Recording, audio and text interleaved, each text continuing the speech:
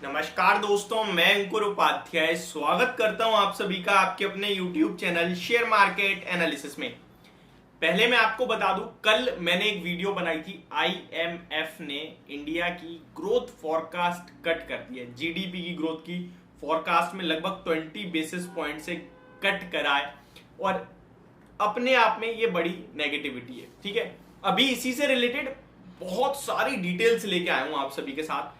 और ये डिटेल अगर आप नहीं देख रहे हो ना, दैट मीन्स आप स्टॉक मार्केट से प्यार नहीं करते यार। आप यहाँ पे गैम्बलिंग करने आए हो, यानी कि आपको वेल्थ क्रिएट नहीं करनी, आपको ग्लोबल मार्केट्स नहीं जानना, आपको जीडीपी नहीं जानना, आपको इन्फ्लेशन नहीं जानना, आपको मतलब आपको सिर्फ ये जानना है कि आज कौन सा शेयर बढ़ने वाला है, कल कौन सा गिरने वाला है। इससे ज्यादा आपको कुछ मतलब ही नहीं है। यानी कि आप प्रॉपर ट्रेडिंग पर्पज से आए हो और ट्रेडिंग में ना बहुत मुश्किल होता है पैसा बनाना।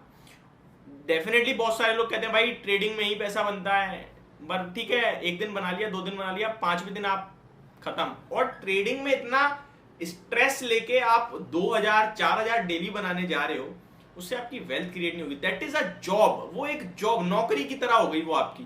वेल्थ क्रिएट आपकी होगी सिर्फ और सिर्फ पोर्टफोलियो बनाकर, उसे आप वेल्थ क्रिएशन का नाम दे सकते हैं। और ट्रेडिंग कर कर आप डेली पैसा बना रहे हो तो आप जीनियस हो। सिंपल, मतलब ट्रेडिंग से जल्दी पैसा नहीं बनेगा, डेफिनेटली कोई नहीं जानता, सबको पता है कि ट्रेडिंग से जल्दी पैसा कहीं नहीं बनेगा।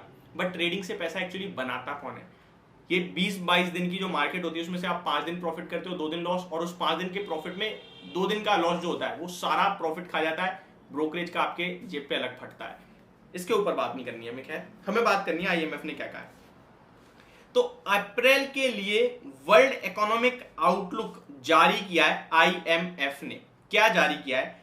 FY24 के लिए भारत का जीडीपी ग्रोथ अनुमान 0.20 बेसिस पॉइंट से घटा दिया है। 0.20 तो परसेंट हो गया, 0.2%, 20 बेसिस पॉइंट। अब दैट मींस FY24 क्या है? करंट फाइनेंशियल ईयर, जो कि 1 अप्रैल से स्टार्ट हुआ और अगली 2024 की 31 मार्च तक चलेगा। हमने अभी भी कौन सा फाइनेंशियल ईयर बताया है? FY23, जिसके नंबर्स अब स्टार्ट हो रहे हैं। आज टीसीएस के आने वाले हैं, इसकी अगली वीडियो शायद वही आएगी मेरी, जैसे ही नंबर्स आ जाएंगे। ठीक है, तो पहले इनका 6.1% का अनुमान था, जो कि घटाकर 5.9% पे खड़ा हो गया है। यानी कि पहले आईएमएफ कह रहा था भारत इस वित्त वर्ष में 6.1% की जीडीपी ग्रोथ करेगा, लेकिन अब कह रहा है 5.9% करेगा। एंड इंटरेस्टिंग पता है क्या है? आरबीआई गवर्नर शक्तिकांता दास जी, जो कि हमारे इंडिया के आरबीआई गवर्नर है, उन्होंने 6 अप्रैल को 6.5% का जीडीपी ग्रोथ का अनुमान दिया था। कल मैंने भी यही बोला था और मैंने आपके साथ ये बोला था कि इकोनॉमिस्ट मान रहे हैं कि ये डाटा गलत है। तो कमेंट्स पता है क्या है कि भाई आपको ज्यादा पता है या आरबीआई गवर्नर साहब को ज्यादा पता है? मैं अपनी बात ही नहीं कर रहा था यार, मैं तो सिंपल बोल रहा था कि जो बड़े बड़े इकोनॉमिस्ट हैं वो कह रहे हैं ये नंबर गलत है, ये नंबर आगे चलकर चेंज होगा। और मैंने आपको एग्जाम्पल के रूप में बोला, लास्ट फाइनेंशियल ईयर में भी आरबीआई गवर्नर की तरफ से 7.1% का अनुमान आया था जीडीपी ग्रोथ का, कट होते होते कहां आ गया? 6.4% पे। तो हुआ कट पहले भी, अब भी होगा, यही पे वो लोग कह रहे हैं और यही आपके साथ अभी आईएमएफ ने भी बताया। अब आईएमएफ छोड़िए, मैं आपको बहुत सारे ऐसे सर्वेस बताने वाला हूं जहां पे अलग अलग जीडीपी ग्रोथ का अनुमान है। स्टार्ट करते हैं। सबसे पहले मैं बता दूं FY25 के लिए भी, यानी कि अगले फाइनेंशियल ईयर, जो कि 1 अप्रैल 2024 से स्टार्ट होगा और 2025 की 31 मार्च तक चलेगा, उसके लिए भी जीडीपी का अनुमान घटा दिया है आईएमएफ ने। क्या कर दिया है? 50 बेसिस पॉइंट से कम करा है, यानी कि आधे परसेंट से। पहले 6.8% था, अभी 6.3% पे कर दिया है। भारत, एक चीज और बोली उन्होंने और ये दिल पे लगेगी आप सबके, भारत की ग्रोथ दुनिया में सबसे तेजी से होगी।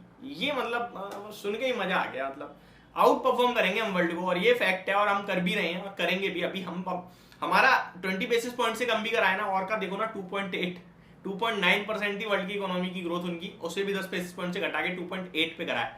हम 5.9 पे हैं आईएमएफ के अकॉर्डिंग भी माने तो भी, तो हम बहुत शानदार खड़े हैं। और ये आपको बताता है कि भारत में पैसा बनेगा।